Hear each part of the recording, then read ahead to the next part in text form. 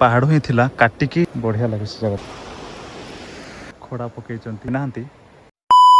हाय सांग माने आज आम जाऊँ बाउटिया सेटा हूँ बांगरीपुसी ब्लॉक रे पड़ुची।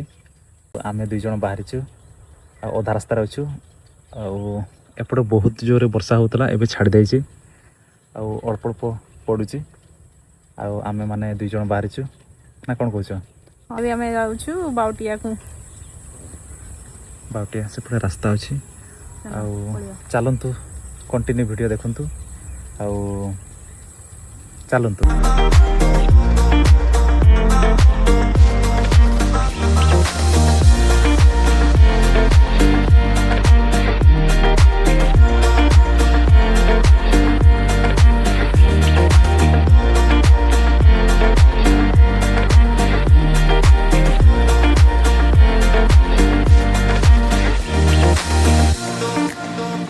A few moments later. ଏବେ ପହଞ୍ଚି ଯାଇଛୁ ବାଉଟିଆ ଗାଁ।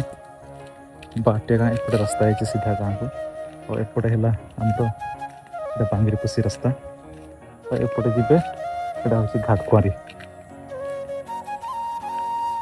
ଆଉ ଏଇଟା ହେଉଛି ବାଉଟିଆ ଅଙ୍ଗନବାଡ଼ି ଆଉ ସ୍କୁଲ ଯେଉଁଟା ଥିଲା ସେଇଟା ଏବେ ଭାଙ୍ଗି ଯାଇଛି ଏବେ ଆଉ ସ୍କୁଲ ହେଉନି।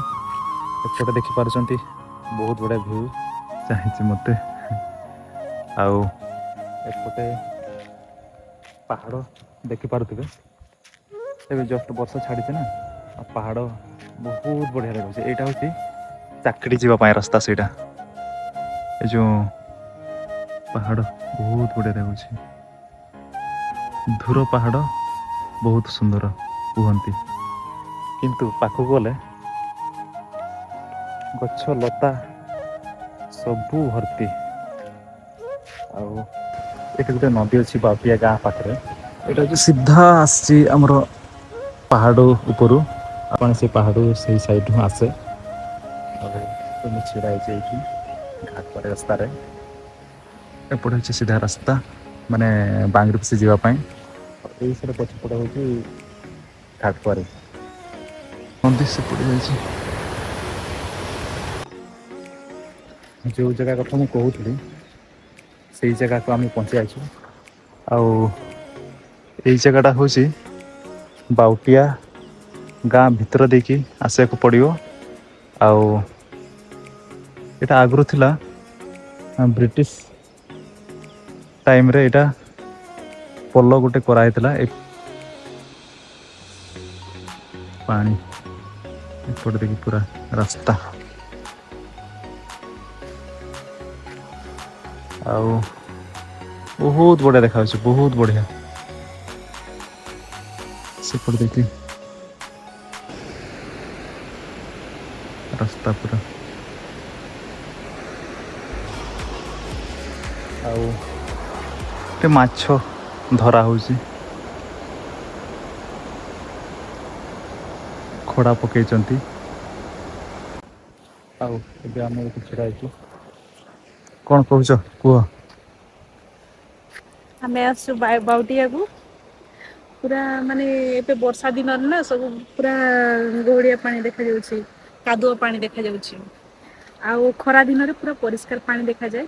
एबे एबे ही केवल वर्षा दिन पई ओडिया पानी देखा जाउछि माने पूरा ये पानी देखा जाउछि आउ सेपटे देखि परछंती पूरा लोकेशन टा बहुत बढ़िया देखा होछि किंतु बढ़िया हिची आउ सेपटे तो पहाड़ गछ पत्र हिची हाँ ए पानी प्राय पहाड़ सेपटू आसे सब पहाड़ पानी एगुड़ा सब पहाड़ पानी है देखो पहाड़ पानी सब पहाड़ पानी कोठो के जण आसे एपटे पूरा बन्या हो जाए घर गुड़ा को भी गोटे गोटे घर गुड़ा भासी जाए हाँ थरे थरे आ तोड़को तो हम जाई पारनु देखा ट्राई करबा हाँ खरा दिन बढ़िया लगे किंतु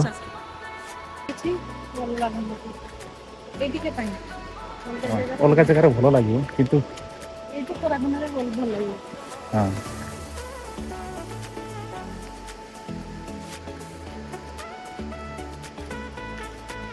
आउ एपटे सेपटे गाड़ी छिड़ा करिछु जिबे कौन करिछु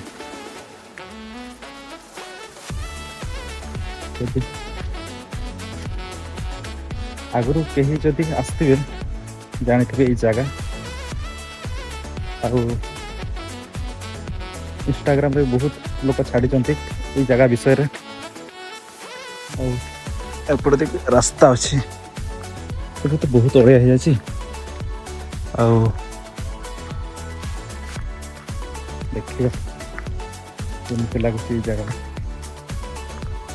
ଜାଗାଟା ଭଲ, କିନ୍ତୁ ଏଇ ଏମିତି ପୋଲ ଅଛି। ଏଇଟା ପାହାଡ଼ ହିଁ ଥିଲା, କାଟିକି ପୁରା ପୋଲ କରାହେଇଛି। ବଢ଼ିଆ ଏଇଟା ଲାଗୁଛି। ବ୍ରିଟିଶ ଅମଳ।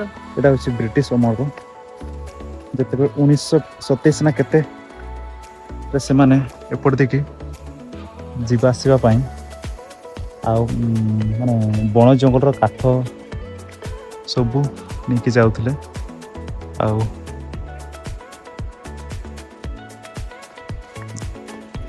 ବଢ଼ିଆ ଲାଗୁଛି ଜାଗାଟା, କିନ୍ତୁ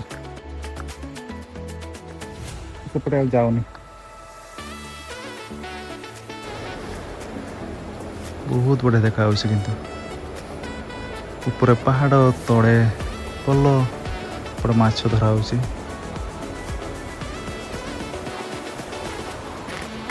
ବଢ଼ିଆ ଦେଖାଯାଉଛି, କିନ୍ତୁ ବଢ଼ିଆ ହେଇଛି।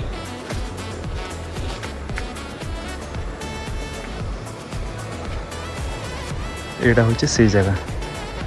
ଖରା ଟାଇମ୍ରେ ବହୁତ ବଢ଼ିଆ ଲାଗୁଥିଲା, କିନ୍ତୁ ଏବେ ଆଉ ଭଲ ଲାଗେନି। ସେ ମାଛ ସବୁ ଧରୁଛନ୍ତି ଭାଇମାନେ।